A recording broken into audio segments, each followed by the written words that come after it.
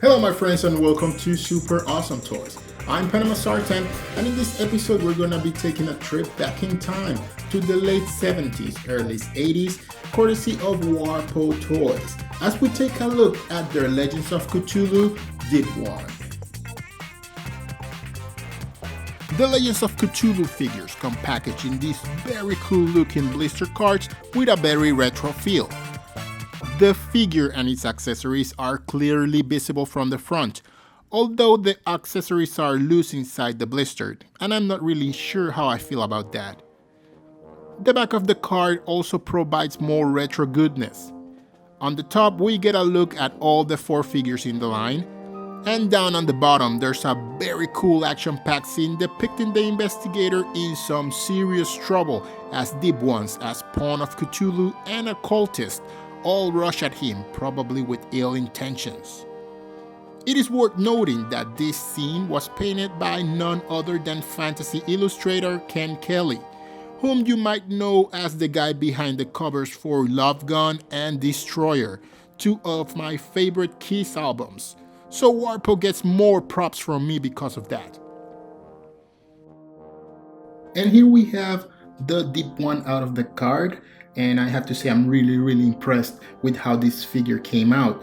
Since you know me, I already talked about this. I love figures with 5 points of articulation that harken back to the figures in the late 70s and early 80s.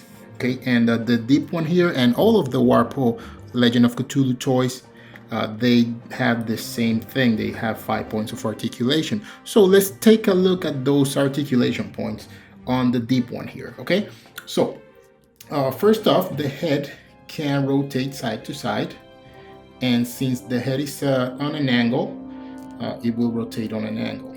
Okay, and this fin back here is cut, so there's no problem with that.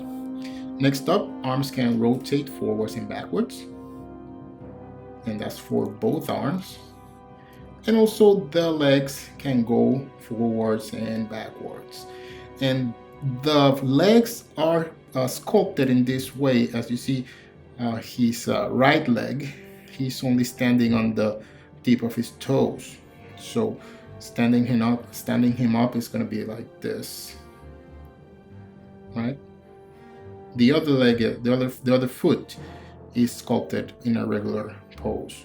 So those were the points of articulation on the Deep One.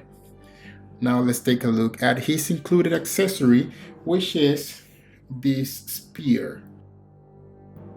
It is all cast in green plastic, and it is for a spear cast in green plastic. Only it has a lot of detail. You have these teeth here, and this wrapping, and you can see the bark of the tree. So this is the only accessory it includes. It is kind of bendy, not that very bendy, but it's kind of soft plastic. And I've noticed that his left hand doesn't hold this weapon very well.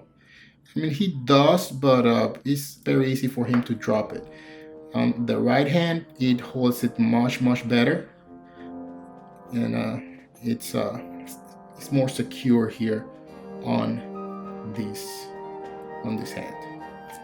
So that is the Deep One from Warpo Toys. Now about the sculpting. Yes, the Deep One is a bit goofy looking. He has a big head, a 2D cartoony mouth, and a dumb look on his face, but it somehow works on this guy. He still looks menacing enough. There is still a lot of detail on him though to please every action figure collector. He has fins all over him, as well as warts and webs between his fingers and toes. His color scheme of teal and tan, although muted, still works for the character, and the black around his eyes make him look extra spooky. It is worth noting that this former Innsmouth resident and all other Legends of Cthulhu figures were sculpted by industry legend Eddie Mosqueda, who has worked on big franchises like Teenage Mutant Ninja Turtles and Masters of the Universe. No doubt Warpo went all out on this line. The Legends of Cthulhu figures were part of a Kickstarter project last year, and they released early this year. There are 4 figures in total, the Deep One, the Spawn of Cthulhu, a Cultist of Cthulhu, and also an Investigator. And they also released a 12-inch Cthulhu figure. And while some people might be put off because of the goofy appearance on this figure, on the Deep One, I still think that it is a great figure, as all of them are. They're very good figures. They were nicely done. They're still available. You can still get them pretty cheap at Amazon, ThinkGeek, and some other places.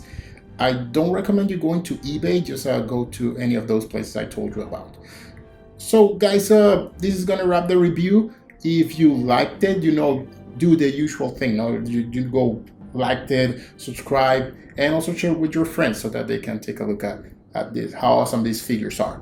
So that's gonna wrap it up, guys, and I thank you for watching, and I'll catch you guys later in another episode of Super Awesome Toys.